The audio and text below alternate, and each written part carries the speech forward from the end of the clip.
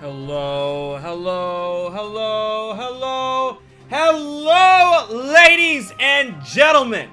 Welcome back to another explosive episode of The Fifth Dimension. But this really isn't the Fifth Dimension anymore.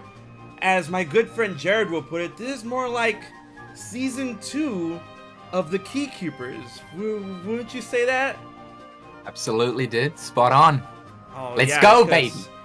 Because if you guys have been living under a rock somehow, someway, Kingdom Hearts 4 has been revealed, announced, confirmed, all that good jazz, and we are now knee-deep into the Lost Master arc. And in order to talk about this amazing revelation, I've got some awesome friends, some awesome Kingdom Hearts collaborators, colleagues, and content creators. We are collectively known as the Keykeepers. But before we get on to the first big announcement of the night, let's go around the room once again. If you guys don't know who Dean the Machine is, everyone please welcome Sora Alum 1. How are you doing today? Hey, I'm doing great. I'm glad to be here. I'm always glad to have you here, brother. It's always amazing. It's always awesome. Like Jared was all like, "Wait, my camera's here, or here, there." Yeah, like I'm trying to figure it out. Yeah, Dean's right next to me on this side. Yeah. Oh, Yeah, don't look at the Discord. Hello, Dean. Hello, Dean. Like, all right, so like Dean's here Hello. and you're there. So as we continue on the room, we have here Mr. Not the, but the Gamer's Joint, cynical himself, Jared. Yo, Jared. Yo, Jared. Dad.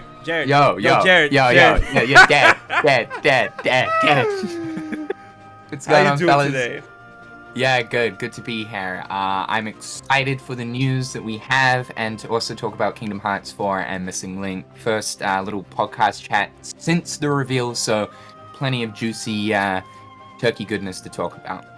Oh, so much. I'm ready to season that turkey. Oh my goodness. Well, that sounded kind of... Alright, as we're moving on. I love it. Before I get into like the big grand announcement, you might have noticed that Skyward Wing is not here. He's supposed to be here, but unfortunately, due to unforeseen circumstances, he will not be able to join us, but he will be joining us next time. And that comes into the whole spiel of next time. Rounding out this awesome round table of Kingdom Hearts content creators, my good friend, the Sarah Key. Sarah, how you doing today? Hello, I'm fantastic. I'm doing very well. I'm really excited. Oh man, I'm excited to have you here. And now here we go. As you guys may have put one and one together, like I gotta look into your. Let me just get real. Right. As you guys may have put one and one together over the past couple of weeks, past couple of months, and stuff like that. There has been a decision. There's been a decision that was made like a long time ago, and now this decision can finally be made public. Yes, ladies and gentlemen, we of the Keykeepers would like to formally announce, introduce, invite, and reveal that Sarah Key has agreed to join the Keykeepers. Yeah! Oh, I don't want to. I don't want to blow out the fucking. I don't want to blow out the fucking microphone. But Sarah, it's so glad to finally have you on board. I've been wanting to be part of this group for the longest. Ever since we first started communicating years ago, and when we first met at the Kingdom Hearts 3 premiere, I always dreamed of this moment, and it's so glad to finally make this a reality. Thank you and welcome to the Keykeepers. Yeah, hey, welcome, man. I'm happy to be here. Yeah, so, absolutely. For a lot of people like asking, it's like, okay, yeah, what's gonna happen now? What's she gonna get? I mean, like, it's not like we have like a treehouse out back or something. No. I wish though, right? Yo, would that be cool? Like our own treehouse on Destiny Codename Islands. Keykeepers next door, or something like that. Absolutely. No, I feel like it's been a long time coming, to be honest. Like, since I think we've talked about adding another additional member for like quite some time. And like obviously your name would just constantly pop up ever since we first started to get in contact with you. You're just the perfect fit, like, right? Your passion for Kingdom Hearts is high. What you're doing on Twitch is admirable. You're doing some really good work. So it's a real honor to have you a part of the group, man. Thanks. It's an honor to be here. It's so nice because I mean, like, the big thing about the whole formation of the Keykeepers way back when, like, years ago, was it 2013? It was 2013 or 2014 when we first came together. 2014. Yeah. Yeah. That means we're 2 years shy of 10. That's I know, dude. That's weird. I feel like my hands just like turning it like I feel like my hands turning to dust as I say that. But way back when, like, the whole basis of like how the Keykeepers were formed and stuff, like especially when it came to us like first like testing the waters of the group, is that we've all like really bounced off each other and really came to like know each other and, you know, be very, what's the word, like, I don't want to say chummy, but like I want to find a more nuanced word than chummy and friendly, but I mean that's like the lack of a better word or whatever. And it's like both on camera and off camera, like we just have this like big synchronization going on, and like we get that with Sarah, and I'm just ecstatic to finally have it like revealed that you're here with us, and it's, you know, great. Oh my goodness. Absolutely. Believe it or not, guys, we are real life friends. Yeah. It's more than just the screen. Crazy, right? Right? Yeah.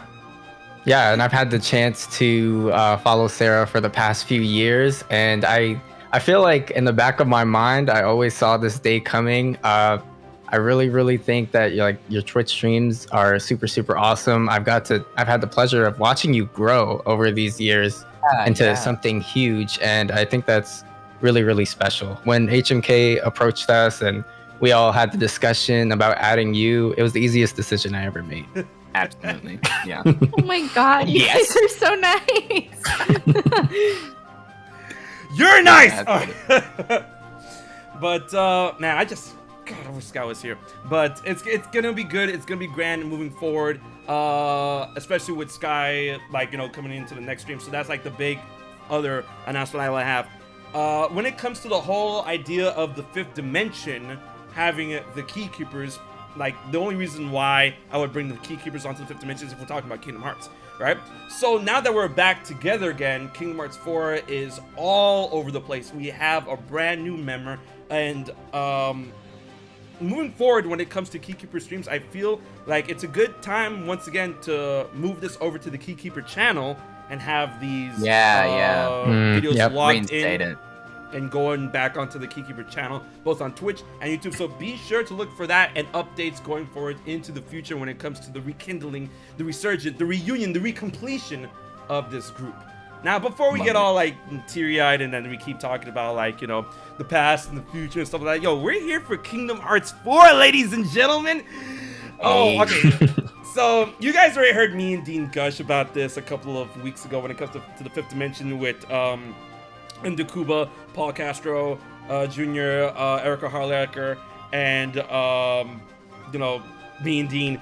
But now I'm gonna go ahead and throw the ball over to Sarah, being the brand new member of the Keykeeper. So tell us a little about how you felt with Kingdom Hearts 4. I saw your reaction, so I like, come on, like, give me the word. Yeah.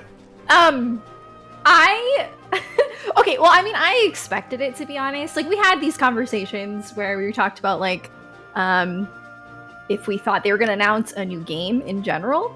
But I just felt like for the 20th anniversary, it would only make sense to announce Kingdom Hearts 4. But in the back of my mind, I'm still like, you know, maybe they won't. But that was like one of the best nights ever. Like, it's been so long since we've had like that kind of hype. But like whenever they showed the art and we saw like the 4 panels and like one, like, I'm just like, it's gonna be Kingdom Hearts 4. And so I was just getting hyped all night, and then the trailer dropped and I did lose it, and, you know, to the point where some people were like, you know, but yeah, I was right? Yeah, as it happens. But it was so exciting for me. It still feels kind of like a dream, but I can't wait.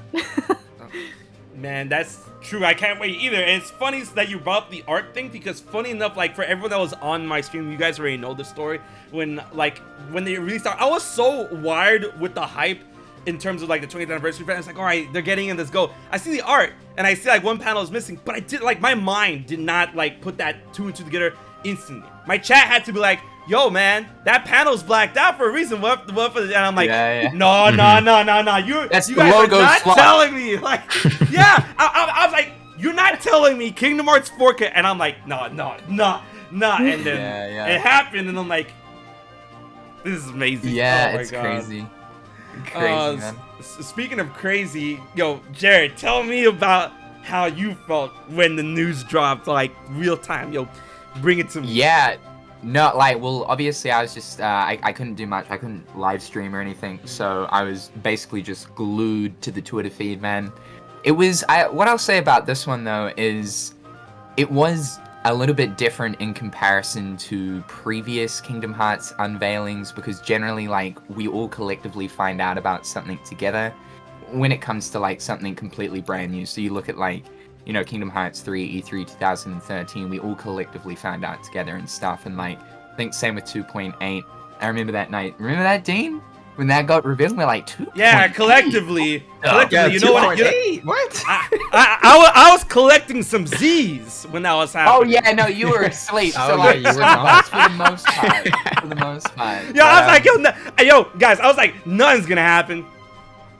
And then these two are like, sleeping, like, yo, 2.8. Can you believe it? What the fuck? 0.2? But yeah, it felt a little bit different. So like, it was certainly exciting. We were kind of living like vicariously through everyone over on Twitter and stuff. But I don't know. It felt a little bit different. And then when finally like the attendees got out of the stage section of it, and that one guy was like, "Yeah, Kingdom Hearts 4." It was just like, "Oh my, it's on." And then I'm so happy that they dropped it straight afterwards, because obviously all the attendees then followed through with saying like, "Yeah, it's Kingdom Hearts 4. It's a little bit more dramatic than what we're usually used to. This, that, and t'other, real world quadratum and stuff," and like losing our minds. So I'm glad we didn't have to sit there dwelling on the fact that like what is going on for too long. I think it was like maybe 20 minutes after that first tweet came out that we got the trailer. So thank God. But I think like, you know, we were all talking about it in that stream prior. We were expecting it, right? Like I think you'd have to be quite cynical, as much as like we were saying like, yeah, there's a chance, but you'd have to be quite cynical to say that like, yeah, no, definitely not. And it's always good to remain skeptical on things. I understand that. Definitely temper your expectations. But like, I don't know, that NVIDIA Games List leak, like, it's just turned out to be more and more real with Kingdom Hearts IV being there. It's like, it was a no-brainer. It was an absolute no-brainer. And then the art just, like, straight out, like, pretty much confirmed it. So, yeah, it was madness. It feels so good. I've been saying this a lot, but it reminds me of, like, pre-Kingdom Hearts 3 days. We're now waiting for just, like, anything for Nomura to just, I don't know, mutter the words "for," and that's enough. Like, we'll just lose it. So, like, I'm so happy we're back in that kind of season of things. It's great. It's good to be back. It's like we're back, but at the same time we never left. You know, we're kind of. Like, I mean, we never left. Waking. No. Yeah. I mean more so like in the news season of things. It's going now like on that anticipation train of like when the next trailer is and like what are we gonna see and like what worlds are gonna be here, and yeah, it's exciting, man. Right? It's so cool to see us like grow up with the series to the point we've come to this like next cycle of like video games hype and going into Kingdom Hearts 4. I'm just like, it's just so glad. I'm so glad to be here. But Right, to loop back when it comes to like this whole discussion piece, because I don't want this like mostly be a stream where like, okay, all right, me and Dean, we talked about it, and like Jared, Sarah, like what you got? So like, Dean, how about let's take a trip down memory lane and like give us the word once again, the experiences that you and I had when it came to Kingdom Hearts 4, and like how it just hit you that we're getting this next game already. So like when it was going down, like tell me what you were thinking about like Dark Road, Missing Link, and Kingdom Hearts 4. Let's get it. Yeah, so before the 20th anniversary event, I was looking at the event and I was like, okay, we're definitely gonna get an announcement of one game before Kingdom Hearts 4, just whatever the next game is. And we're gonna get a Kingdom Hearts 4 teaser. That was exactly what I was thinking. We kind of got that, but they did subvert my expectation a little bit with Missing Link just being the next mobile game. I was praying for no mobile game, but I mean, like, it looks like it's gonna have full cutscenes, maybe with voice acting. And if that's the case, like, I'm okay with it. I might not play it, but at least I'll be able to consume the story in a reasonable fashion, because I still have to catch up on Union Cross. And I gotta sit through the 6 hours of chibi speech bubbles. So I'm gonna do Love that very it. soon. But I like the new format for Missing Link. It seems like they upped the budget, upped the production. It's gonna be killing all your batteries. So I hope everyone has fun with that one. And on the topic of Kingdom Hearts 4, even today, what is it, May 6th? I can't believe that you can say Kingdom Hearts 4 in a sentence and not be trolling. It's like saying like PS6, Xbox 720, like that kind of weird stuff. Yeah. It's like, are you talking about a real title here? But yeah, they're talking about a real title. It was announced. And I think the funniest thing was Twitter that night. I know we all probably saw it. If you were really disciplined and shielded your eyes, you probably missed it. But Jared mentioned that there was this dude who was at the event, and all of Japanese Twitter was so quiet. The 200 or so people that were in the room, nobody said a peep. And of course, the literal definition of this one guy goes on Twitter, and he's like, hey, everyone, they announced Kingdom Hearts 4. Yeah. Shalexia is in there. It's serious. And it's just like, of course, one guy. Like, we could have had nobody. And it was literally one guy until then, like 10 minutes later, everyone else was like, all right, let's follow the sheep. Like, they saw him. They were like, I guess it's okay to talk about. No, it's crazy because like when that was happening in real time, like the Twitter list was like dead for 2 hours. Like there were no updates. I'm like, oh, looks like we're not getting an update. And then this one Twitter account was like, yeah, Kingdom Hearts 4. And it was just this one account. And I'm like, are you real? Did you go? Yeah. And then also I'm like, are you okay? Are they going after you? Like, you're like, are you trolling right now? Ninjas, bro. Watch out for them ninjas. Fuck. You're like in the headquarters at the moment. Like, calm down. Man, I was more banned concerned for sure. Yeah, I was more concerned for the Twitter accounts like safety than like, yo, are you trolling? It's like, yo, are you dead? Like, because like this, because when I was finding out through the stuff, I'm like, yo, this person's at the event. So I mean, like, what do they have to gain from trolling? Yo, it's time. And then Kingdom Hearts 4. Yeah, absolutely. Man. But considering all that with like Kingdom Hearts 4 and of course, you know, the announcement of Missing Link, Dark Road, all that good jazz, let's talk a little bit about how Kingdom Hearts 4 looks, because as we've all seen with the trailer, and if we've all, you know, kept up with the Kingdom Hearts games, Kingdom Hearts Rewind and all that good jazz, going into this next arc, the Lost Master arc, Sora is now lost to the void known as unreality, known as the world of fiction. He is currently trapped in the world known as Quadratum, which indeed is based on modern-day Tokyo, which we do know for a fact will consist of the wards known as Shibuya, Minato, and Shinjuku at the very least. It could have more, but we have yet to see that. And with that, we have a more realistic art style, a more realistic presentation, more akin to that of Final Fantasy versus 13, and a lot of people have a lot of things to say about that particular presentation. I, for one, I'm very excited for it because, like, I'm one of those guys where I'm like, yo, versus 13, I needed to come back. But now I want to get what you guys think about this perspective. Once again, I'm going to throw the ball over to Sarah first. Sarah, let me know what you think about the whole art style, about, you know, the concepts of potentially versus 13 going into Kingdom Hearts 4 and all that good jazz. Like, how did that trailer speak to you? Speak to me. So I personally, I love it. I'm all for it. I think it is so cool. I mean, obviously, when you watch a trailer, you have to go into it knowing, like, yeah, this is in development. So maybe there's, like, some parts that, like, look unfinished or whatever. But, like, you can see how incredibly detailed it is going to be and just how beautiful it looks. And I know, like, when I was a kid, I remember I used to always get really excited. And I would tell everyone, I'd be like, just wait, one day, Kingdom Hearts games are going to look like the CGI cutscenes the whole time. That was something I'd always say. And I mean, I feel like we're really getting to that point. And I just think it looks beautiful. I think that the art style fits being in somewhere like Shibuya. And I'm all for it. And like, I know I saw people getting like kind of like skeptical about it or like just not really liking this new art style. But I think it's important to note that like when you do see like Donald and Goofy, they look pretty much the same. So I think it's very clear that this art style is very specific to Quadratum. And so with that in mind, I just think it's really cool and I think it looks amazing. I'm loving the Final Fantasy aesthetic and the Versus 13 stuff. And I don't know, I just think it's going to be really cool to kind of switch it up like this. And I don't know. I'm just all excited. I have no negative things to say about it. I love it. Well, you know, like, not to put you on blast, but I know you're gonna like it because a little birdie told me that you're a big fan of Final Fantasy 14, Final Fantasy 10, and all that. Wait. Told me I'm not a fan? No, that you are a fan. Oh, yeah, I am. Yeah. Well, I'm a huge fan of Nice. 14. 10 is like, I like 10, but yeah. No, I love this art style. I absolutely love it. Oh, I'm so glad. You know, because I'm all for it. Of course, I've seen people on Twitter and social media and YouTube just like they aren't feeling the art style right now, and some people have said like that's putting it lightly. People have been said a lot less nice things about the whole art style and stuff. And you know, a lot of times when people are saying that, they don't know about like the story implications, the fact that it's only gonna be bound to Quadratum. And you know, I understand that when you play Kingdom Hearts, you're down for one type of art style.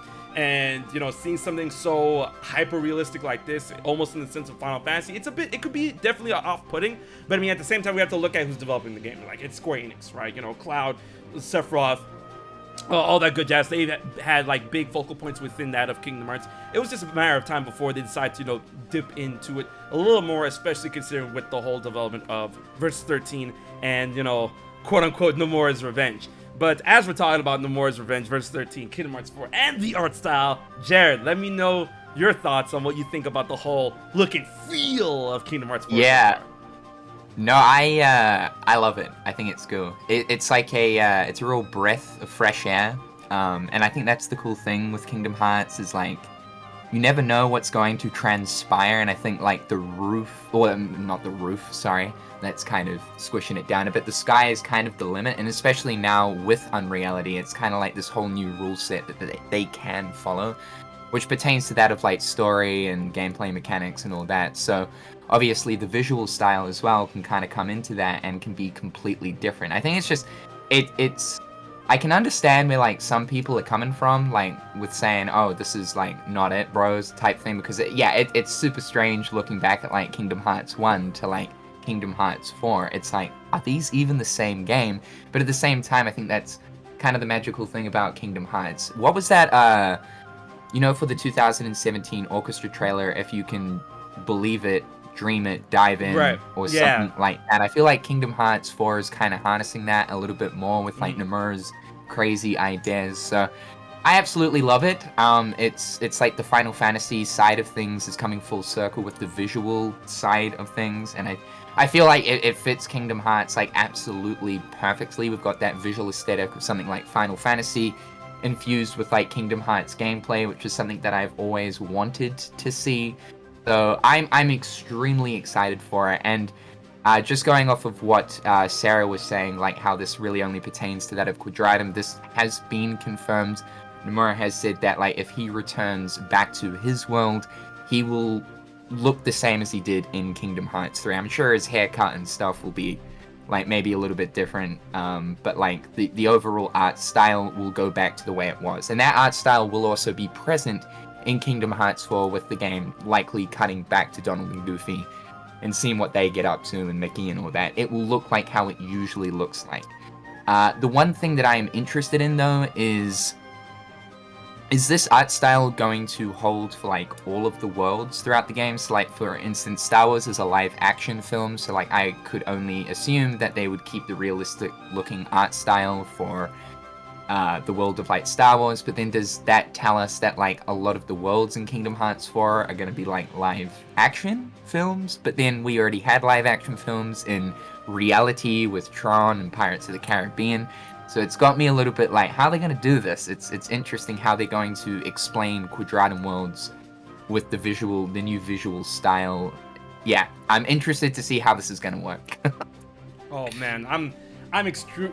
Ooh, when it comes to this like realistic art style, I just really want to see how they're gonna play by their rules of unreality, fiction, all that good jazz.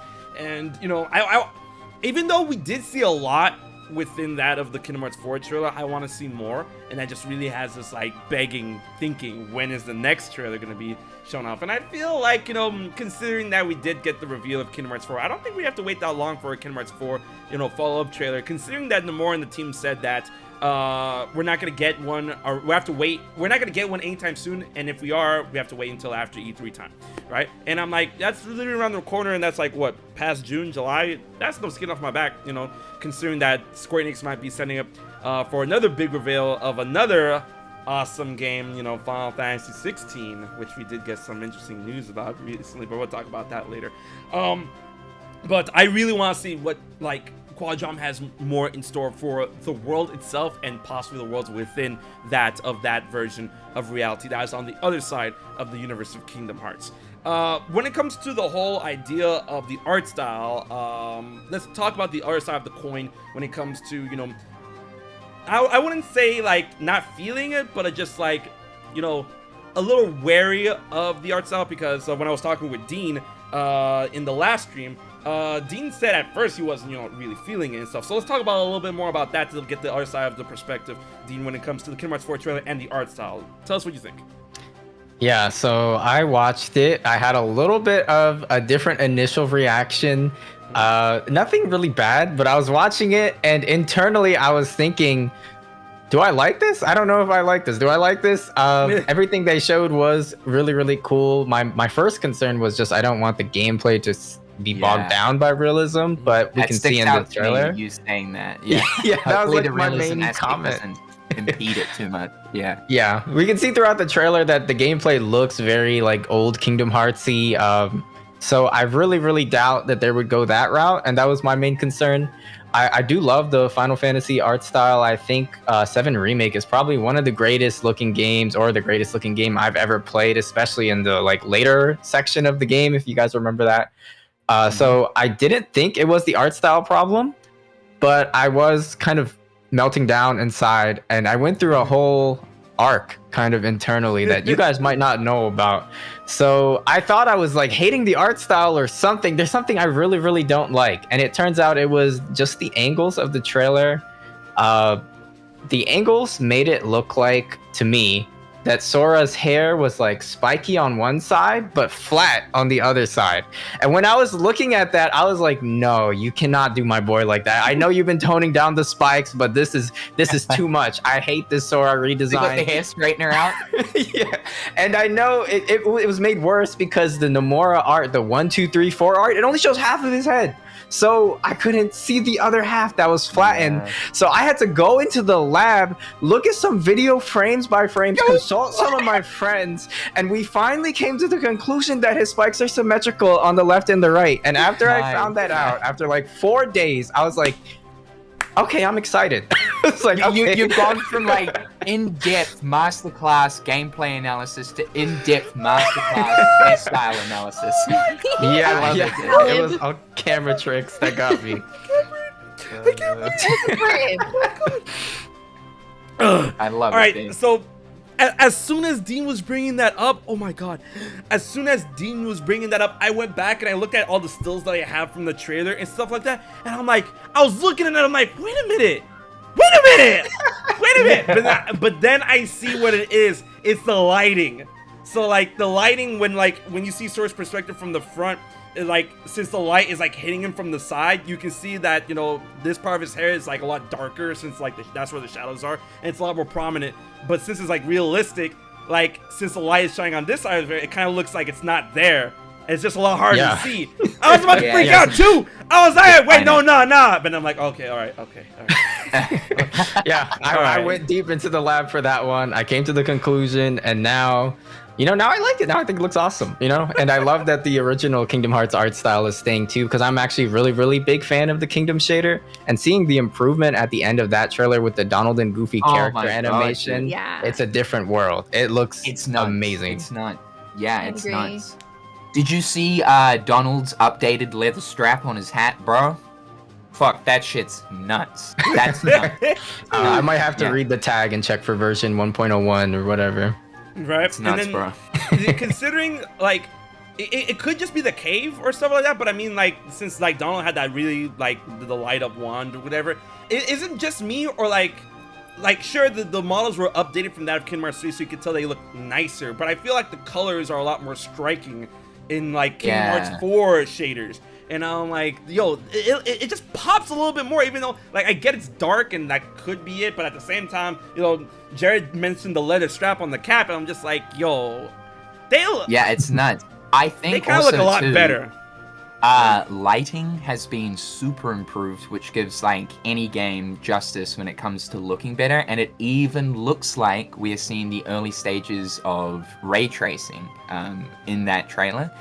If you look at, like, when Sora's running up the side of the building, doing, like, the parkour thing, running away from the dark side, you can see a accurate reflection of Sora mirroring everything in the background, like, accurately, as well as his player models. So, and, like, even on the car as well, when that red car is, like, driving in the street, all of the reflections in the paint of the car are accurate to what's going on in the background. So it seems like we are getting ray tracing, realistic lighting, realistic reflections, shadows, all of that kind of thing for Kingdom Hearts 4, which looks really good. It gives justice to the visual look of the game, especially in that cave scene, like with Donald. Yeah, it looks good. Yo, like everything we've been seeing with this game, just like this Unreal Engine 4, mind you, chat, right? Unreal Engine 4, the game already kind of looks phenomenal. Sure, you can see some, like, you know, dents and, you know, stuff here and there, whatever. But, like, for what they're going for, it looks like they're going for something, like, crazy. Like, something that I noticed from rewatching the trailer that I didn't really see right away is that when we see, like, the whole gameplay segment, when, like, you know, the dark side's, like, screaming and then, like, Sora starts moving, you see the HUD and everything, and we're like, yo, gameplay! So, I don't know if you guys noticed, but as Sora is, like, going towards the dark side and he's, like, you know, parkouring off, like, the pole and off the street and stuff like that, as that's happening, you can actually notice, like, dark tendrils all the way from the dark side just, like, cracking up the pole and the street as he's going. And I'm like, bro, what? Like, that's... I didn't even see that at first, and I'm like, that's actually insane. It's nuts. It follows him up the building as well. Like, it's like chasing him up the building. It's just crazy, dude. Just crazy. Yeah. Man, those details are super, super slick. When it comes to, like, details on what we've seen for Kingdom Hearts 4, this can be, like, any type of aspect when it comes to gameplay. You know, the type of graphical fidelity that we're going to be seeing with Unreal Engine 4, Unreal Engine 5, or anything that you feel would be, like, a great addition to Kingdom Hearts 4. Like, what's your favorite aspect that you've seen from the trailer that just gets you, like, so hyped up? We kind of got an idea from Dean's, you know, with the whole hair thing. It's just like, I'm just glad, like, my boy's hair is spiky again. I'm gonna throw it over to Sarah. Sarah, what was, like, the one thing, or it could be multiple things from the trailer that just really just, like, imprinted on you? I'm like, okay, Kingdom Hearts 4, this is gonna be it. I think the graphics, I mean, I know we just kind of talked about that, but, like, the graphics got me really excited. Just seeing, like, the high quality-ness of it, for me was really cool. But I also think it's really cool that we're getting reaction commands back. That I really wanted to mention because I think that's really cool. So, yeah, just, like, seeing some old things come back, but also seeing all of this new and improved stuff. I don't know. I just think I'm just excited. It's good to be excited, but I'm glad you brought up reaction commands and gameplay aspects within that of Kingdom Hearts 4. The fact that, you know, Nomura and the team are bringing things back that a lot of fans have been wanting. Excuse me. This is a really cool tangent that we can go off of. A lot of people have been asking, you know, for certain aspects, mostly things from Kingdom Hearts 2, because everyone, like, you know, says Kingdom Hearts 2 is the GOAT or whatever. And reaction commands is one thing that a lot of people really want to come back from Kingdom Hearts 2. I personally really like situation commands from Kingdom Hearts 3, but if I were to put reaction commands against situation commands, I would choose reaction commands every time, right? Every time. Yeah. But considering the movement, the flow, and from what we see Sora able to do in Kingdom Hearts 4, it's, you know, his model, and, like, you can, like, Dean can take this to the bank because he is the machine. Where it's like, yeah, the models, the rigging, all that stuff, the animations there, a lot of them is borrowed from Kingdom Hearts 3. right? So it seems like they're, building upon Kingdom Hearts 3's gameplay once again going into Kingdom Hearts 4, but they're bringing gameplay aspects from Kingdom Hearts 2 over into Kingdom Hearts 4, and that's something that a lot of people would like to see. So I feel like it would really be cool if Osaka were to bring like the best of like 3 and 2 in order to bring it into 4. And then that's like the question that I wanted to lead into everyone here in the chat when it comes to one vital aspect of Kingdom Hearts of times past that you want to see back in Kingdom Hearts 4. We got reaction commands, and I know a lot of people are gonna say, reflect. A lot of people want reflect back. Stop. Normal arrow. Give us Kingdom Hearts 1 arrow. Oh, that's good. That's good. My God. But arrow's been done dirty, dude. But the thing, that's the thing. I feel Dean will. All right, Dean, do you agree with me with this? You can't have Kingdom Hearts 1 arrow and Kingdom Hearts 2 reflect in the same game. You're right. You're right. Yeah, I mean, I guess. If I would have picked out of the two, yeah, you're right. It's gonna have to be reflect. But I don't know. We've only ever had like that defensive, and it sort of acts as a reflective thing as well. Once I'd love to see Arrow get another chance, but then again, reflect as well has only really ever had one chance. So. Or maybe just like in the realm of kind of what Arrow does, it was a very different spell where you're kind of casting like a little buff of defense on yourself. Like it's not a spell that's used for attacking or directly being offensive with the enemy. That's something we kind of don't see a lot, and it's stuck up in Kingdom Hearts 1. Yeah, I'd like to see more support-based magic. Yeah, that would be cool. Gravity can just be put to rest. Fuck gravity. Yeah, I mean, I like it, but what? Gravity is cool. No, I like it, but I could do without it. Before I got into Smash. What, sir? Sorry, no, it's okay. Before I was like, I don't know. Okay, so when I first played Kingdom Hearts 2, I was a little bit of like a Kingdom Hearts 1 elitist, which I know sounds really silly, but I was. And that's wrong with it. Yeah. So I used to hate reflect. I used to be like, this sucks. I miss Arrow, and that's how I was. But then I did like critical level 1 Kingdom Hearts 2, and then I really appreciated like reflect and just like all of the intricacies of Kingdom Hearts 2. But yeah, I back then I would have said I wanted Arrow and not reflect. Yeah. But now I think I like reflect more. I've grown a lot. You know, reflect is dope. It's funny how you guys keep talking about like support magic and Arrow and stuff, and I'm like thinking, I'm like, yo, what if this is something that I feel like Kingdom Hearts kind of would be good for Kingdom Hearts, and I don't really see it like attempted since Kingdom Hearts 1. So I mean, like, if Kingdom Hearts 4 were to have Kingdom Hearts 2 reflect, that would be good. But then what if they adapted Kingdom Hearts 1's Arrow to not be a defensive support, but to be an attack install support?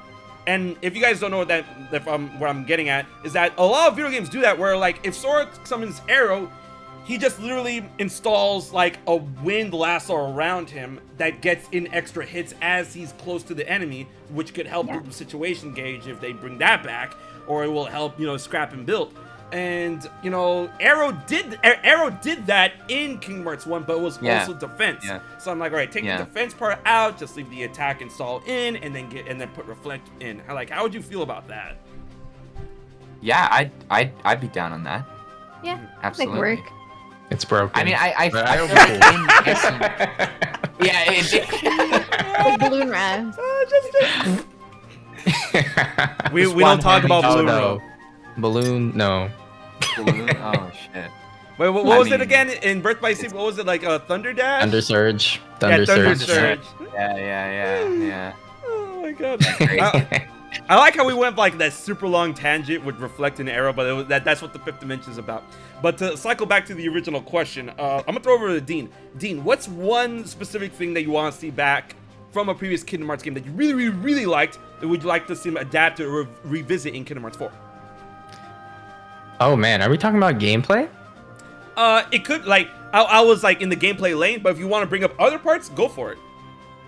I'm kind of comfortable with gameplay right now, so I was thinking in terms of a little detail or thing about the series that I'd really like to see come back is I want Sora, and I think the story will allow for this time.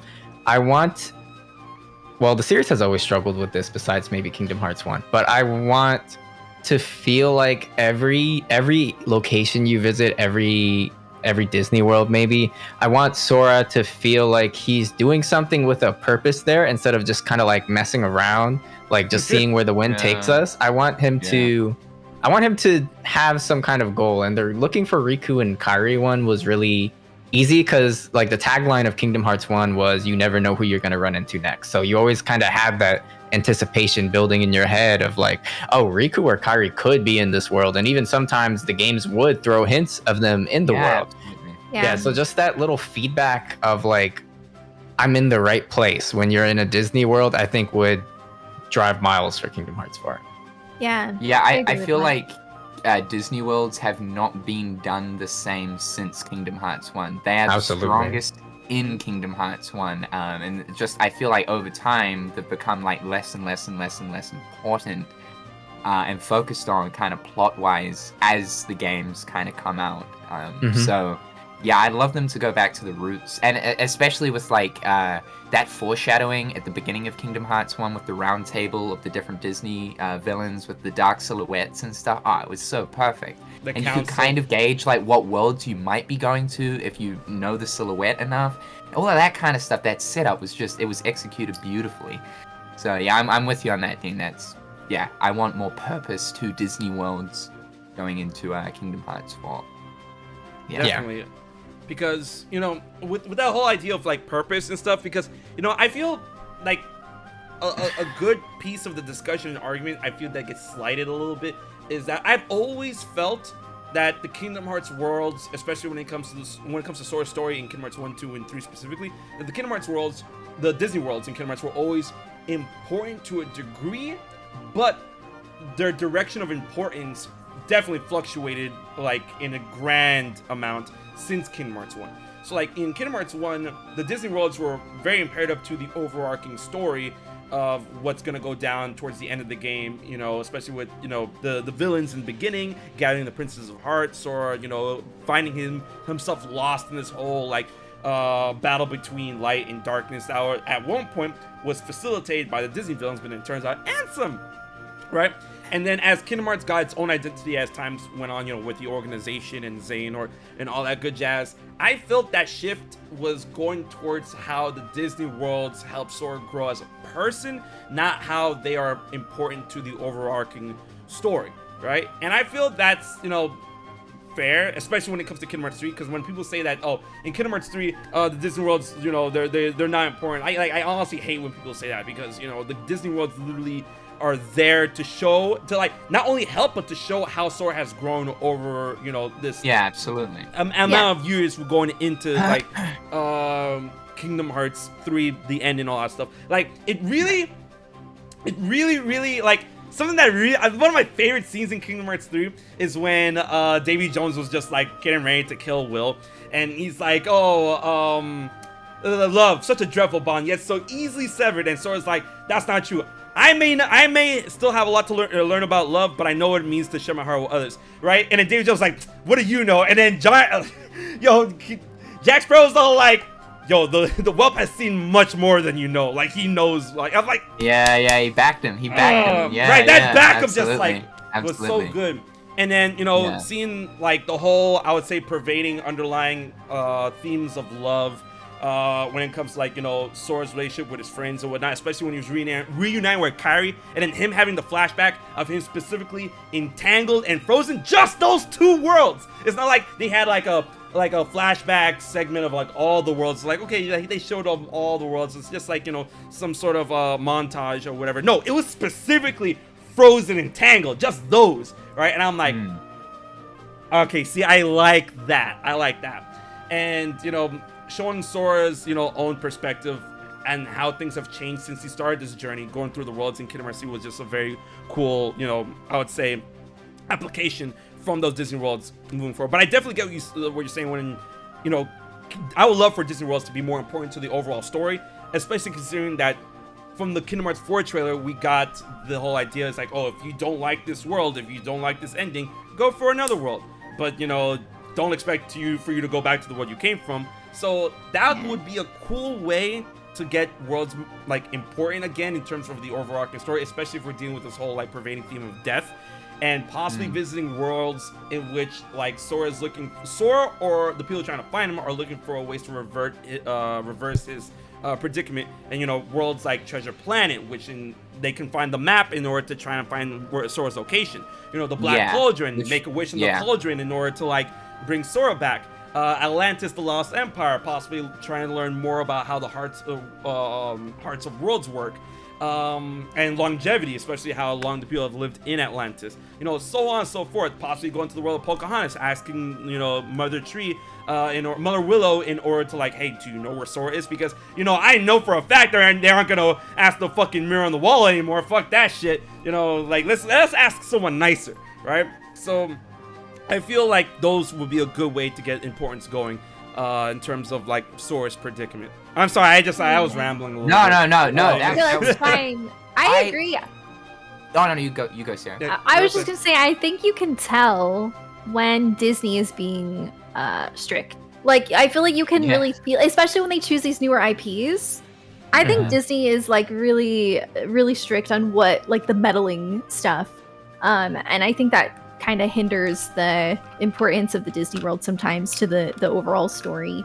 Like I personally thought that Kingdom Hearts 3 in some regards did do a good job. You did feel like you were very involved in what was going on in the world itself. But you could feel when it was almost like, okay, they probably wanted to do something else with this. But Disney probably was like, nah. Yeah. So, yeah. Yeah, I just kind of wish that there was sort of like, I don't know, like more importance behind what the villain in each world was kind of getting up to. I felt that strongly to a degree with like Caribbean and Luxord's involvement, and he was like getting involved, like you had to race him on the pirate ship, and it felt very reminiscent of the Caribbean from Port Royal from Kingdom Hearts 2, but like if I look at like KH2 with, let's say, like Beast's Castle, like Zoldan was very involved. He was like stealing the Rose, stealing Belle. For like Kingdom Hearts 1, the villains were given the power to like summon forth the Heartless. It just felt, for me anyway, a lot of what was going on in Kingdom Hearts 3 with the villains' involvement with each world kind of felt a little bit pointless in the end, like especially with the whole like I understand that like the 7 Hearts Princesses of Light whatever was used as the organization's backup, but like nothing was really ever followed up with that, and we get to the end and it's like, all right, forget the backup plan, it's all good, we got the, I don't know, it just, I feel like that could have been done just a little bit differently, and that the importance behind the problem that's going on in the world towards what the actual villain is doing could have been executed a little bit better. Considering what we've seen before, like the whole idea of giving these Disney villains the powers to summon these like demons and stuff, and to see what they do with that kind of power, I thought was really interesting with Kingdom Hearts 1, like with how Hook was like running his ship with all the different Heartless that he could like summon forth, and kidnapping Sora and whatnot, and yeah, I thought that was really cool. And then the organization involvement in Kingdom Hearts 2 I thought was done like pretty well, so it was just interesting going from that kind of execution to what we had in Kingdom Hearts 3. Again, I'm not one of those people that are like, the Disney worlds didn't matter, they were just flat out a waste of time. I don't think that, but I certainly do not think it was done as good as Kingdom Hearts 1 and 2 in that sense. Yeah, and I can agree with you on that especially, and I feel like, when asking for like Disney World to be a little more involved with the story, it's just like a little bit goes a long way. I'm not gonna like, I still want the Disney World to be the Disney World, but like you said, the Zoldan involvement with Beast and like the way the Disney villains were in Kingdom Hearts 1, just the fact that feeling like those characters in those worlds matter to the overall situation, it completely changes everything. And it's a subtle thing, but I feel like it makes the game feel a lot better as you're playing it. So I definitely agree with you with that. Yeah, definitely. Yeah. But I feel that we can consider that we could get a big shift in that like tonality in terms of getting Disney worlds being like I was saying it backwards. The villains being more involved in the Disney worlds, considering that the new villains, in which is the next subject, the new villains have been confirmed to be the Foretellers, Luxu, and the Master of Masters, aka collectively known as the Lost Masters, right? And according to Nomura from Famitsu, they have been giving a new purpose, that there's still apparently a traitor among them, and that them as Lost Masters is gonna be like a faction similar to that of Organization 13. And considering that we saw 2 black coats at the end of the Kingdom Hearts 4 trailer, which I believe is the Master of Masters and Luxu, I feel that they might get extremely involved with the Disney World, and I feel that they're gonna be a force to reckon with. My biggest want from them is that I want all of them to show me how they make Xehanort look like a pushover. They will. By Kingdom Hearts 6, we'll see it. I'm excited. So I feel like this big new, it's so weird because I feel like feel free to bounce off this at any point. I feel that at the smallest inkling from what we gathered from the Unicross story, Remind, Melody and Memory, and the Master of Masters and Kingdom Hearts 4 is that the main goal the Master of Masters wants is that he wants to either create or to have a world in which light and darkness no longer either exist or are warring with each other. Which, is kind of an offshoot of what Xehanort wanted, but Xehanort wanted about is like, oh, let me just hit the reset button on Kingdom Hearts. Right? Yeah. But I feel that the Master of Masters is like, hey, listen, I'm tired. I don't want no more fighting. Light and darkness, forget all that. And he looks at Quadratum and he's like, yo, Quadratum. Right? Yeah. Quadratum looking kind of spicy right now. So I feel like, exactly. I feel that that's the main goal he wants. But then how is he going to go about it? And what are the Foretellers going to do in terms of following him? Because they're definitely not going to, not follow the Master of Masters. They love him. They're to him, it's oh, they're he's the best dad in the world, right? How do you guys feel? What do you think could be the route they take in terms of the Foretellers, the Master of Masters, Ira, Envy, Gula, Sed, Ava, Luxu, and the Master himself in terms of achieving that supposed goal? I'm thinking that I don't want to say collecting Lux could be a thing once again in Kingdom Hearts 4, but I would say, I don't know, oh man, maybe, just maybe, oh wow. Yo, guys, Nomura did say that, scrap and build is gonna be, scrap and build is gonna be very important in Kingdom Hearts 4. So what if this is just a messed up way of thinking. What if they plan to scrap the best parts of the Kingdom Hearts universe and just bring them into Quadratum and just build over the world new on top of Quadratum as a base? They scrap to build. They scrap the old universe to build a new one on Quadratum. That could be the Master's intention. I mean, who knows? Right? It kind of aligns up with what he's wanting to do. So, but I do feel like it pertains to Yozora's thing, we've been talking about, right? That kind of, I feel like absorbing different abilities from bosses or enemies or something. Right. I don't know. That's kind of wild though. I can see that. Breath of the Wild. Yeah, absolutely. So going off that point, Dean, do you have any idea or perspective on how you think the new villains could roll up on Disney Worlds, or possibly how do you think the villains are gonna function? How do you think the Foretellers are gonna function? That is a really tough one, actually. I know. I'm asking you a lot about this. What do you think? What do you think is going on? I really only know them on a surface level right now, so I can't say what one or the other is going to really be doing. But I definitely see already a sort of hierarchy between the Master and Luxu. I feel like he sort of looks to Luxu as maybe the most important piece that he has right now, and the rest of them all can be on an equal tier below him. So you could see something even where Luxu at times is giving orders to the other Foretellers, and then they split up over the Disney worlds or whatever the locales are that you visit over the game, and then the Master is the grand leader behind it all. And on the point of the scrap and build thing, talking about scrapping the old Kingdom Hearts world and building upon Quadratum, please let Destiny Islands be happy. Please, like it's had Yeah. enough. I don't It's want not to gonna see be Destiny happy. Islands scrapped. No, no. It's not gonna be Absolutely. happy, bro. I'm telling you. Been through enough shit. Yeah.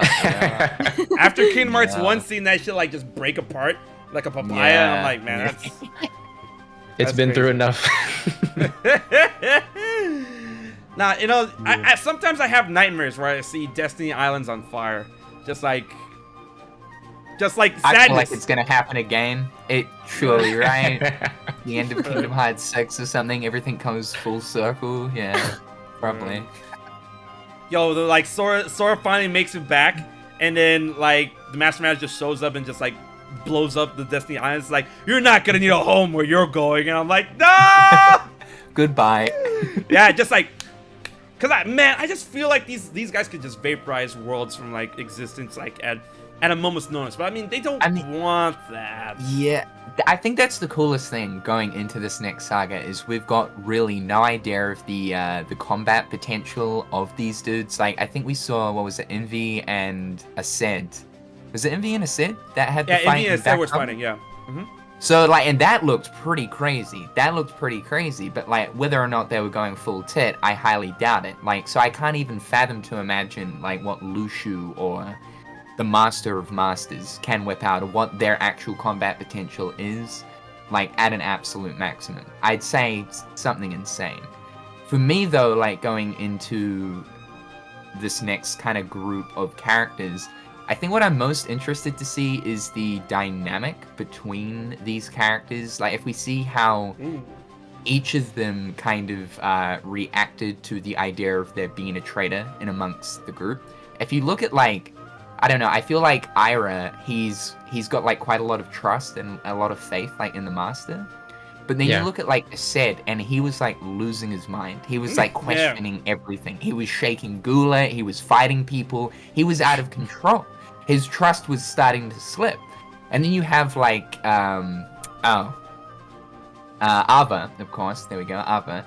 She was kind of like questioning things, but she didn't make like rash decisions about like, you know, fighting people or anything like that, and was quite smart about like what she wanted to do. So I don't know, I feel like they've each got like distinctive different personalities, and I feel like there will be that tension once again with like questioning like, is what we are doing, at least 1 to 2 of them, like for the greater good, or like is this just batshit crazy? Like I'm looking forward to that kind of dynamic going on.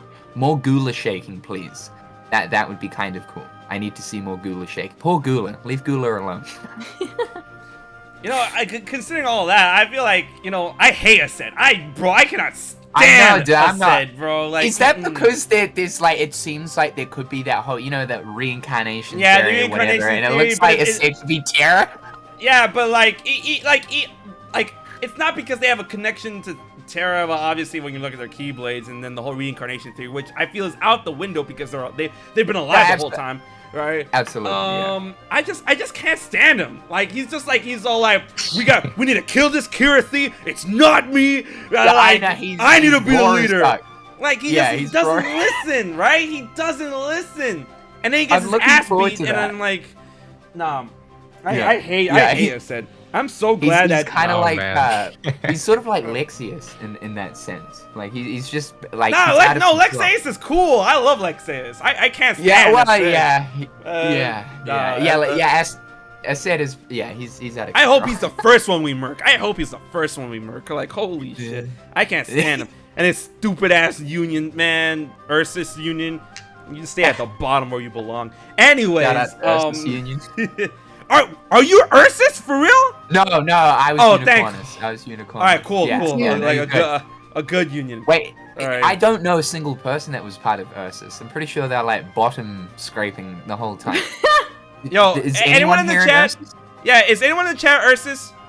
Like, I feel like TX Hunter might be slander. Slander. Smelly Ursus. Octopus. I feel like almost everyone is full face. Yeah, Focus and Unicornus were the most popular for sure. Yeah, they were the most. I was part of Lepartus, so Okay.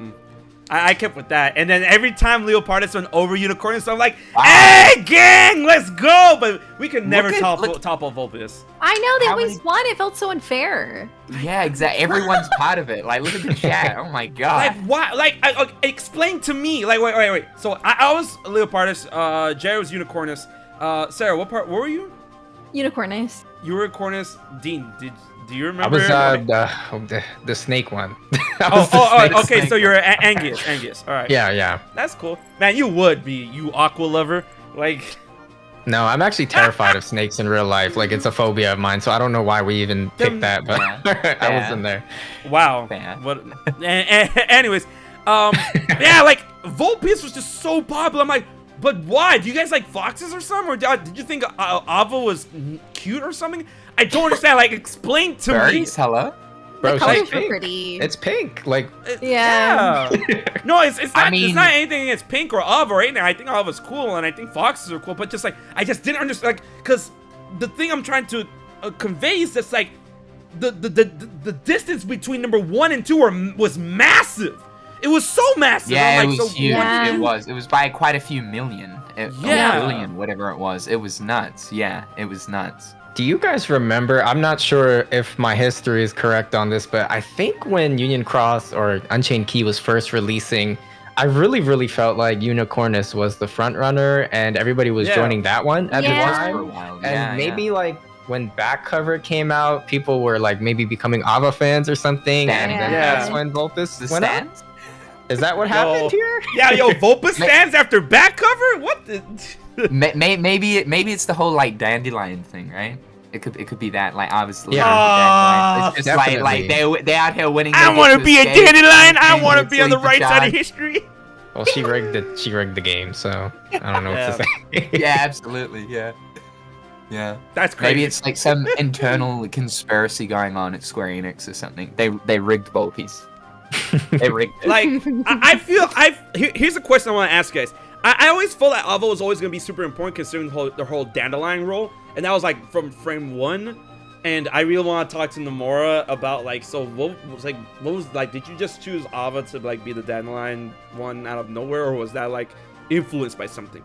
But something I feel may have been influenced, but at the same time, you know, Ava was always going to be important. Do you think that Nomura was all like, okay, who's the most popular union leader? Oh, Ava. Okay, she's not coming back in in the Kingdom Hearts 3 epilogue. She's the one that's not coming back because she's the most popular. But I'm like, at the same time, she and Lucio were the ones that rung in the Keyblade War. So Ava was always gonna be like the most important out of all of them, all of the masked ones at least. But I don't know. Yeah. Well, I'm this just is like spitballing here. what came first, the chicken or the egg? Like, was she Yeah. most popular because of that, or was it because she was most popular that they gave her that role? We don't know. Right. I remember there being like a theory, and I don't know how plausible this is now, because there's probably so many plot holes if this was still like a thing. But that Ava was somehow Kairi's grandma. Yeah, And- I saw that theory. Mhm. I remember that going around all the time, but I feel like that it would take a lot for that to actually fully make sense. Yeah, I don't know. Yeah, because considering that, I feel that even though Ava didn't show up when Lucio summoned the rest of the Foretellers, she's still running around somewhere, right? And like her pieces on the chessboard, she's still part of the Foretellers. She's still a lost master. Yeah. And I feel that she's still gonna like raise some hell. And a lot of people are like, no, I don't want to fight Ava. I'm like, oh, you better get ready for that. Just like how Dean doesn't want to fight Gigasis anymore, you better get ready for that. You know. It's happening. But all things considered, with the Ava Kairi grandma theory, I mean, at one point I thought it was plausible, but now, Yeah, but considering now what we it's- know, definitely not. But Yeah. I feel like Kairi's grandmother could be someone from Dark Road, like Dark either Road makes Yeah. like the most sense. either I mean, Veor. they'll die, but like, Yeah.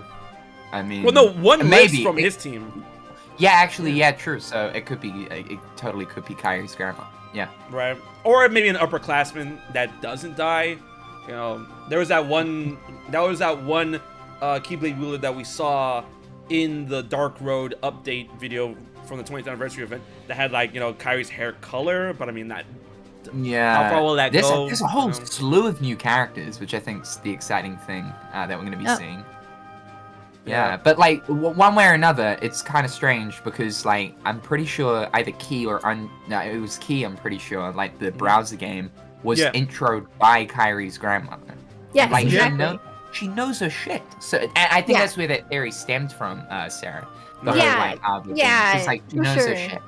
Yeah. I was thinking like maybe maybe she decided at one point to just start like living normally, and like I don't know how they could like start deciding that they could age or something. But like one day she just like goes to Radiant Garden and she's like, all right, I'm gonna live the rest of my life now. I'm done. And done. That'd be kind of cool. Okay. Can you imagine? Can you imagine if bro, like how big brain would Nomura be if he like actually like had the story element, whereas like Master's talks to Sora is like, oh yeah, you know, we were supposed to like, cause like Master's plan was to inhibit all of his Foretellers with like to get them strong enough in order for them to like attract the willful darknesses, the deadly ones at least, and then like store them within them and then possibly kill them, because you can't kill darkness unless they have a form, which is messed up. But can you imagine if like, oh, we were all supposed to be training to make the most perfect lights, or to gain the most perfect lights, you call them like, you know, the 7 pure lights, right? And we all had one, but then Ava had to go and pass hers down, right? And then like Ava's light eventually found her way to Kairi. So like Kairi actually had like a union leader light that whole time. Ooh. Right? And that was like, damn, that's kind of groovy. I like that. Yeah. So, and then I also had like, I was making this funny thought. Kairi game? Oh no. Or at least just like, no, like you're on our team. Just like, can you imagine like they just grab Kairi and just like stuff the mask on her, and then she like gets controlled by the mask, and then she becomes a foreteller. But regain your history. Yeah, so like your purpose is here, like whoosh. I was also thinking, like, this is just a funny theory. I don't believe this will happen at all, but if it does, I'm like, ooh. Can you imagine like Sora just like he defeats all these Foretellers, and then Kairi's grandmother shows up, and it's just like, oh, Kairi always speaks so highly about you, but unfortunately this is where your story will have to end. And like this old lady just like takes out the box match from her pocket, puts it on, summons a Keyblade, and just like fights you like that. I'm like, okay. Oh man, yeah. Pulls out some Master Roshi shit. Right? But now that we're talking about this, maybe there could still be a connection, maybe, because she does know a lot. She knows way too much. She knows too much. It's gotta be, yeah. She knows about like the ancient era of fairy tales. I mean, I don't know if that's like not common knowledge or is. Who knows? But like, it's sus to me. Right, I'm gonna pop out real quick. I'll be back in a sec. Yeah, yo, Jared got me twisted now. I'm actually thinking about that like really, really hard. Like, can you imagine if like Ava is Kairi's grandmother, but she decides to leave her life behind, and then, you know, pass her light down to her daughter, and then her daughter to Kairi, and then Kairi is now like the person, like she's a princess of heart, but the truth of the princess of heart and the pure lights is that there were union lights this whole time, and that they were meant to be always serving the master of masters, and then the master of masters like literally grabs Kairi, puts the mask on Kairi, and then Kairi just like gets controlled by the master of masters and becomes like super fucking strong, and then she becomes a boss, and then you have to fight her as Sora, and then that's like super sad and just like I'm sorry, I can't. That sounds like fun. It does sound like fun, but I don't know if I want to go through that. Like, I think I would just be happy just seeing more Kairi, maybe, in that case. I don't know if that's like what I want, but you know, it's just good to see her, you know? I was gonna say, like, who would be traveling with like Donald and Goofy? Because like, I don't know, I kind of feel like there'd be someone else with them, but... Oh, definitely. You know, like they're trying to find Sora, and then you can see right away when they're like facing Hades. Like for like up until that point, Donald and Goofy were like Hades, whatever Hades, because they always had Sora with them. Now they don't have Sora with them. It's like, oh shit, Hades! Like now he can mean business. But I definitely see someone like traveling with Donald and Goofy, and then a lot of people's been talking about like ideas of like, you know, Kairi taking Sora's place with Donald and Goofy back in the regular world as they're looking for, you know, Sora. And I'd be down for that. because Riku is already on his way, if not already at Quadratum, and I'd be so down for that because I don't know about y'all, I love Kairi's gameplay in Remind. That shit was so good. Oh my god, it's so good. I think that's a neat idea, but the one idea that I've been kind of riding, there's no hints of it or anything, but maybe Donald and Goofy run into Yozora, and Yozora is just traveling with them, and Yozora is just like, he's like so unenthused and like rude to the Disney characters in the Disney worlds, and then Donald and Goofy look at each other like, Sora would never, what is this guy doing? And then Yozora slowly learns why Donald and Goofy love Sora so much as they spend time with him. Like they learn about Sora through Donald and Goofy, and then maybe Sora meets Yozora's party members over there, and he learns about Yozora through them. It's like a little connecting, bonding moment. I think that would be cool too. I like that. I would love that. Yeah, that's great. That's great. Because definitely from the end of Kingdom Hearts 3 Remind, it does insinuate a little bit that there's a possibility that Yozora and like Sora swap places or whatever. Final world. Because that could have a big meaning to like Yozora saying, "I will save you." It's like, oh, I'm here to save Sora because like after our meeting, you're gonna be in my world and I'm gonna be in yours, but you ain't supposed to be there, so I'm gonna save you from being there, right? That could be a really cool perspective, and then that'll really like beg the question, like, yo, I would love to see what Yozora looks like in the Kingdom shader. That'd be like really unique. Absolutely, like a Disney take on him. Yes. Yeah, absolutely. I don't know. It's like, to me, it's strange trying to pinpoint the timelines of like everything, right? Because like if you look at like the Kingdom Hearts 3 secret ending, he wakes up in the streets, like he still looks somewhat like Sora. Maybe like designs and stuff weren't finalized by that point.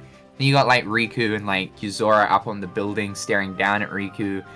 When also does like Sora stumble into the nighttime version of the final world, and then also when he goes into Quadratum, is that really Quadratum when he fights Yozora? Like the timeline placing of everything, and then when he wakes up in Strelitzia's apartment, like the timeline placing of everything, that's what I'm keen to like understand, because it seems all over the place at the moment. Like obviously intentional, of course, but it's hard to like gauge as to when all these different things are like happening.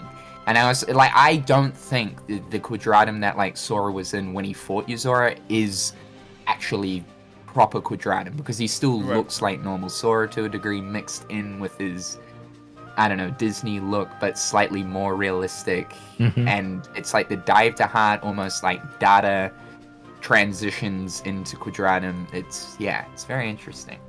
Yeah, I had an idea on that I feel kind of strongly about, and I just think they were still in like the final world dive to the heart area during the whole fight, but what Yozora did was he was demonstrating build, and he created a whole model of his home Quadratum, and you're just fighting in the fake Quadratum that he built, and he's using scrap and build against you the whole fight. So it's just showing you like how far that mechanic can go. He builds an entire environment.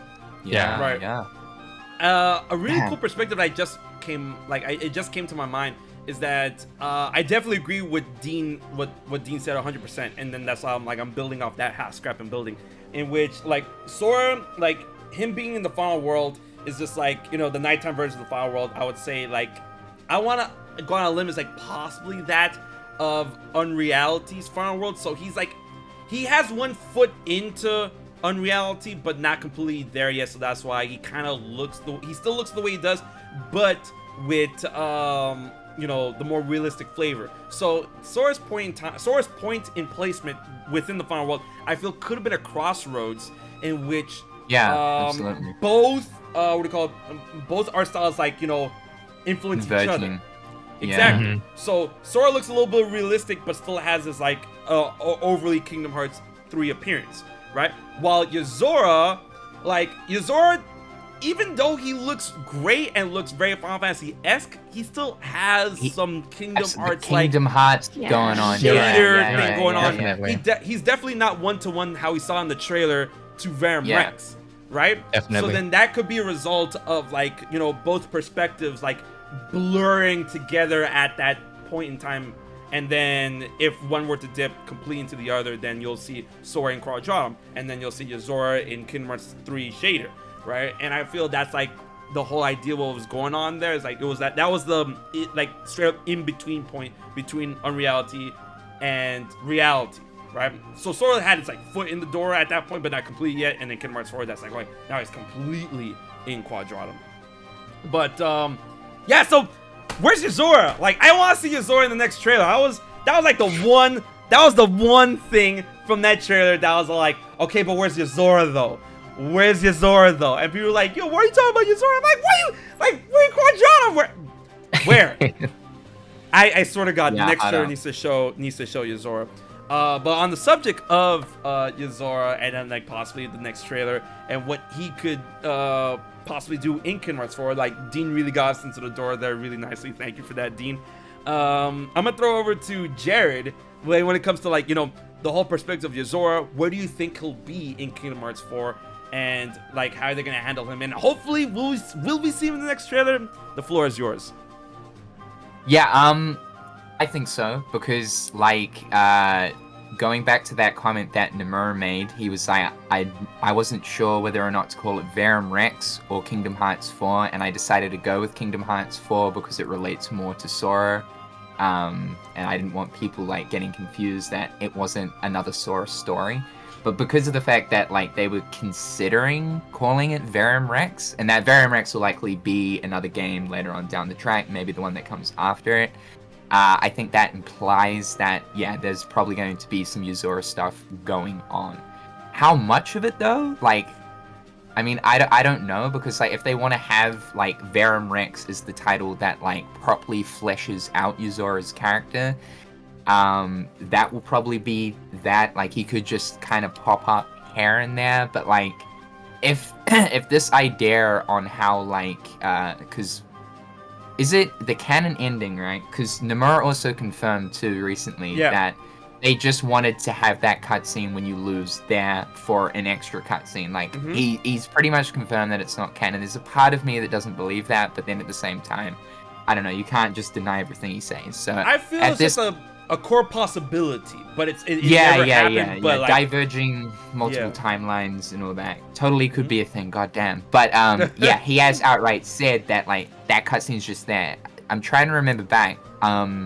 When you win, he doesn't go into the daytime final world, right? No.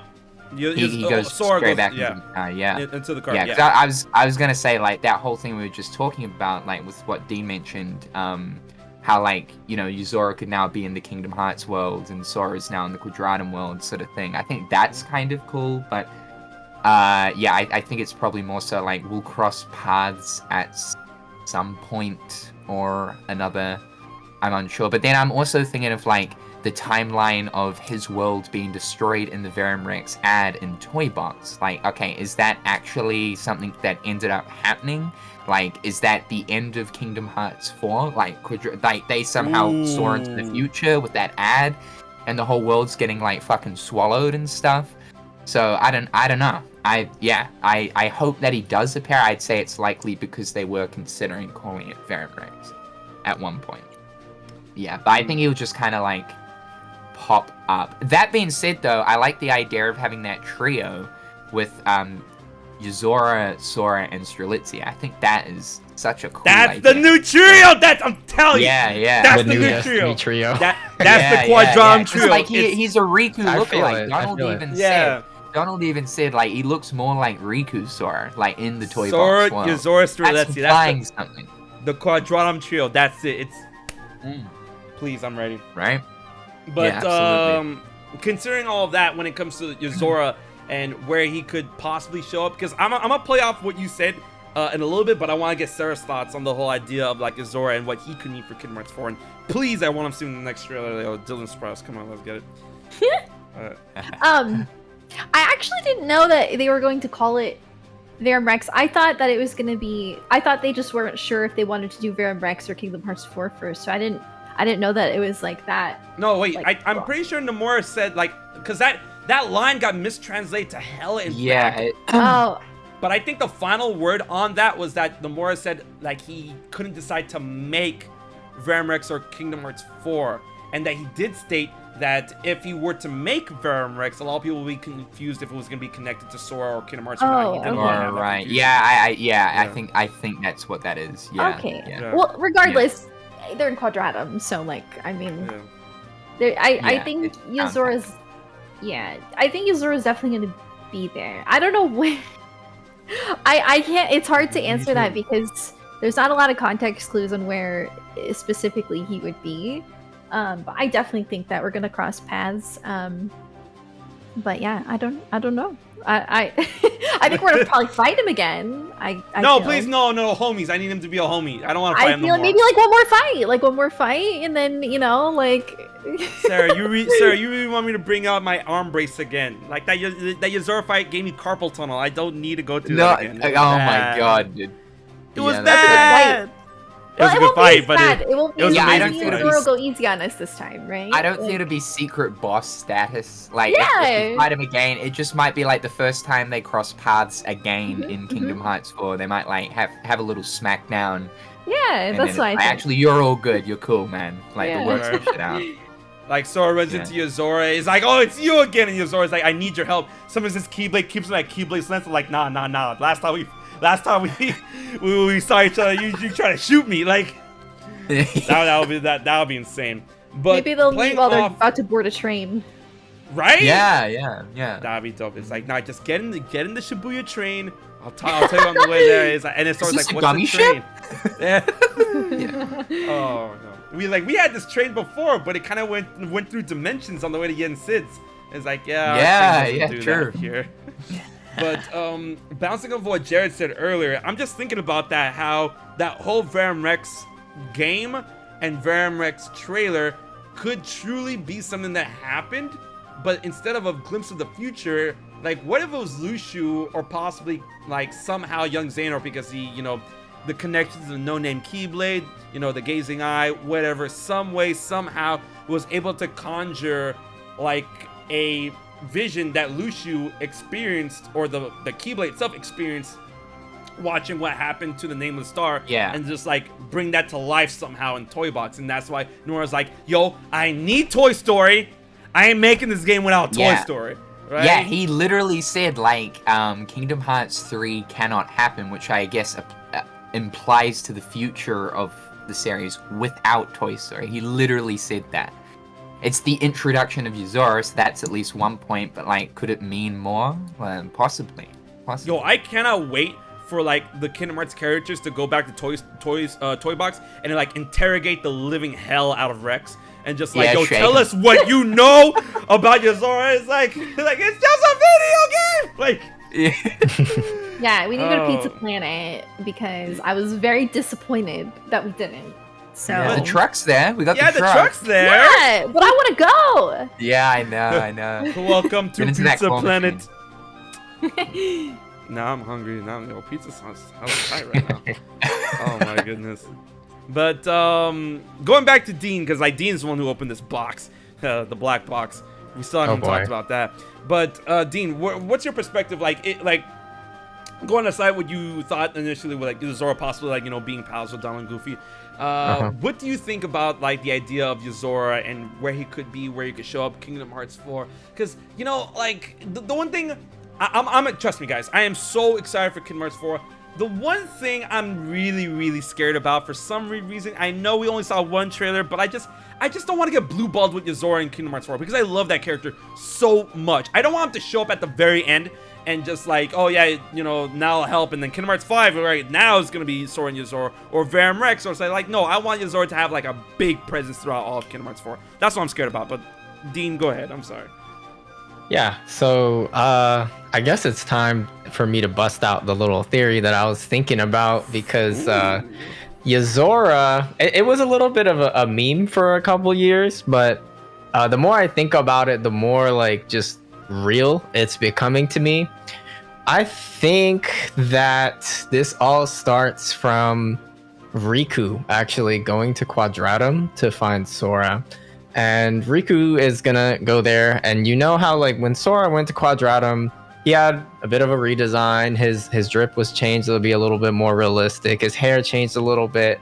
I think mark my words, the day we see Riku visit Quadratum, literally is gonna be Yozora's design. Like Riku is gonna be Yozora. This isn't what I really look like. Yeah, Riku is gonna be Yozora.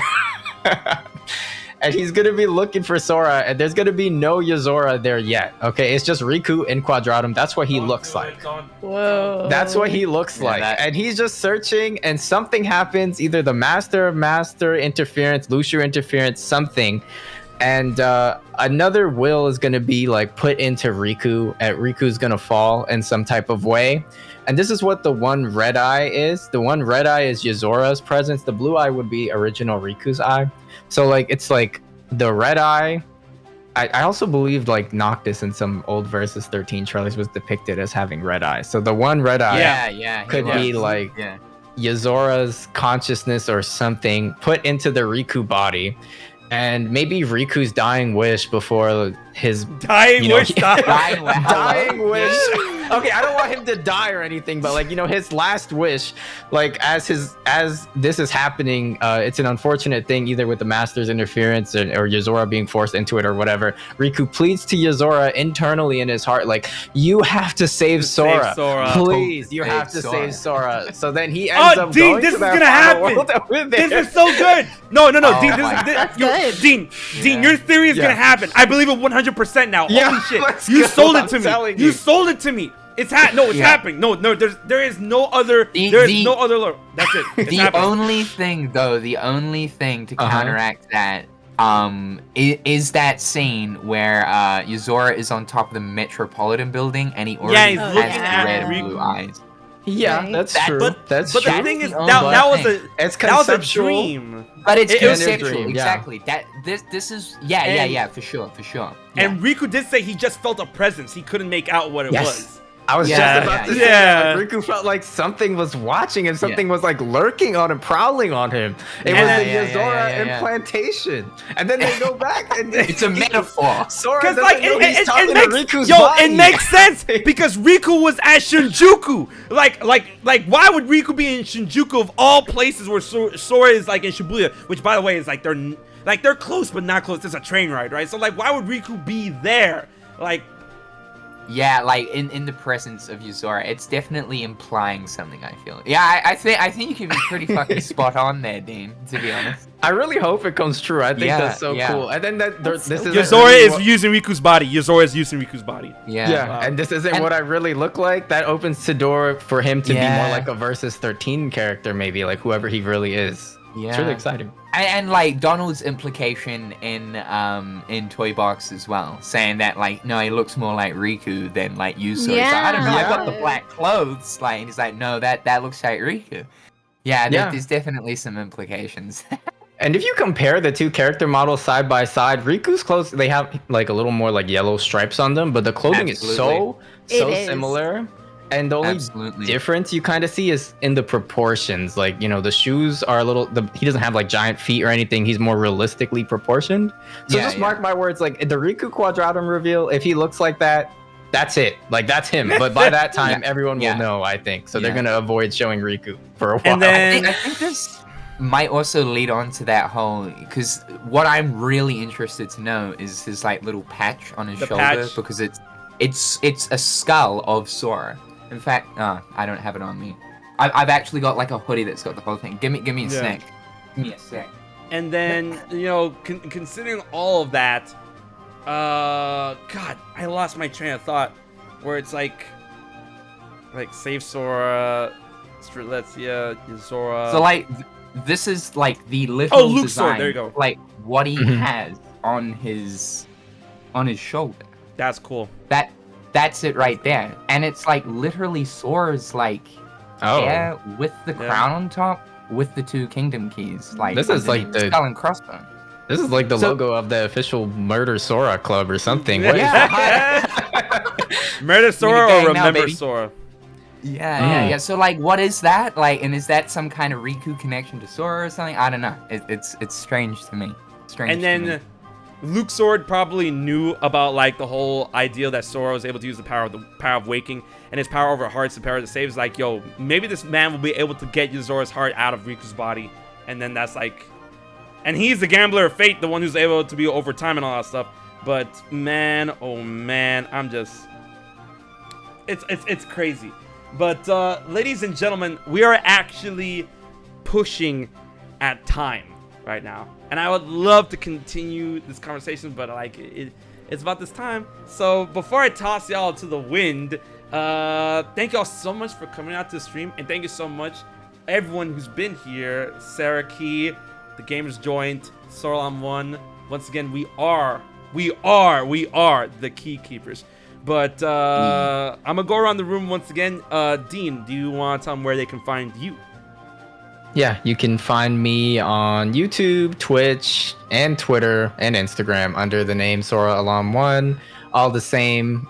You'll probably see me around when you're looking for help with Kingdom Hearts or guides, boss guides. And then on Twitch, I focus more on gameplay, a little bit of randomizer speedrun stuff, and of course Super Smash Brothers. So be sure to throw me a follow. This man's good. He knows his junk. I'm vouching for. He knows what he's doing. Yes. Thank you. That's why he's the machine. Dean the machine. Absolutely. Dean the machine. Yeah. Alright, the Gamers Joint. Bro, my brain is jelly. Okay, the Gamers Joint. Cynical. Jared. There we go. Where can they find you? You can find me on Twitch, or Twitter, or YouTube under at the Gamers Joint. I mean, yeah, I don't know. I cover Kingdom Hearts news, talk about anything to do with Kingdom Hearts. I tend to yell at video games as well in stressful situations. I like to lose my mind here and there. It's a fun time. So if you're into a bit of that, a full-time nerd losing his mind, then you know where to find me. And you've been killing it lately. You've been killing it lately. Like, welcome back. I love to see the consistency from you. I check in every day, and I see a new thing. Like every like feels like every 30 minutes. I see a new upload. I'm like, okay, Jared, back to his old self. Yeah. No, it's good. I mean, I'm definitely in a better position now, and I feel like I have reinvigorated my passion again for like content creation. It really does bring me back to like the early days when all of us were kind of getting involved and stuff. So I'm loving it, man. It's going good. It's going good. Yeah, you love to see it. We're glad to have you back. I appreciate it. Yeah, appreciate it. And then last but not least, of course, our brand new member of the Key Keepers herself, Sarah Key. If they have, like, if somehow you have not seen this lady's amazing streams and content, you want to let them know where they can find you? You're missing out. Okay. Well, first of all, I just want to say thank you very much for accepting me into the Key Keepers. I'm very excited and honored. I've always been inspired by all of you, so this is really cool for me. And I'm very grateful. But yeah, I'm Sarah Key, and you can find me on YouTube and Twitch. I'm just at Sarah Key, but then on Twitter it's the Sarah Key because it was taken. And I don't know, I do make a lot of content in Kingdom Hearts. It's my favorite thing ever, but I also do variety, like other JRPGs and things like that. But obviously with Kingdom Hearts 4 coming, I'll be making a lot more Kingdom Hearts content. And yeah. I'm letting you know, I'm this close, Sarah. I'm this close. I'm gonna hit you up. I'm this close to booting up Final Fantasy 14, so I'm gonna need some help with that. I am level 38 Lancer. I am currently playing it. Finally, I'm doing it. I'm doing it. It's worth it. Dean. I got tons of people trying to get me on that game. I don't know when it's gonna happen because I think you should play the Final guy. You know, I think you should play Final Fantasy 14 or Overboard, the critically acclaimed MMORPG, which is free up until Heaven's Sword. Oh, really? It's free up until Heaven's Sword. Really? Yeah. Wait, you didn't know? No, I'm just kidding. Oh, I'm like, how can you not have known? Yeah, it's a huge meme. Yeah. Oh, guys, they might eventually put Kingdom Hearts in it. I'm sure. I feel like they will someday. Oh, that day they will force my hand. They will force my hand. I'm buying the story. Yes. With Sora's new design, I'm like, Yeah. It's time. Yeah, It's absolutely, time. absolutely. We got near in there, so like they're close. They're close. Yeah, The it's- minute they put a Keyblade in there, it's over. Oh, It's man. over. Yeah, that'd be awesome. It's only a matter of time. Their servers are gonna Yeah. go dirt. Like, it's gonna get blasted. But once again, ladies and gentlemen, I am an HMK, your host of the Fifth Dimension. And from here on out, when it comes to Keykeeper streams, you can find it over on the Keykeepers channels. Look up for updates on all of our fronts on where you can find those channels in terms of YouTube, Twitch, and perhaps beyond. But until the next stream, thank you so much for coming on in. Remember, be brave, dive deep, and always enter the Fifth Dimension. We will check you guys later.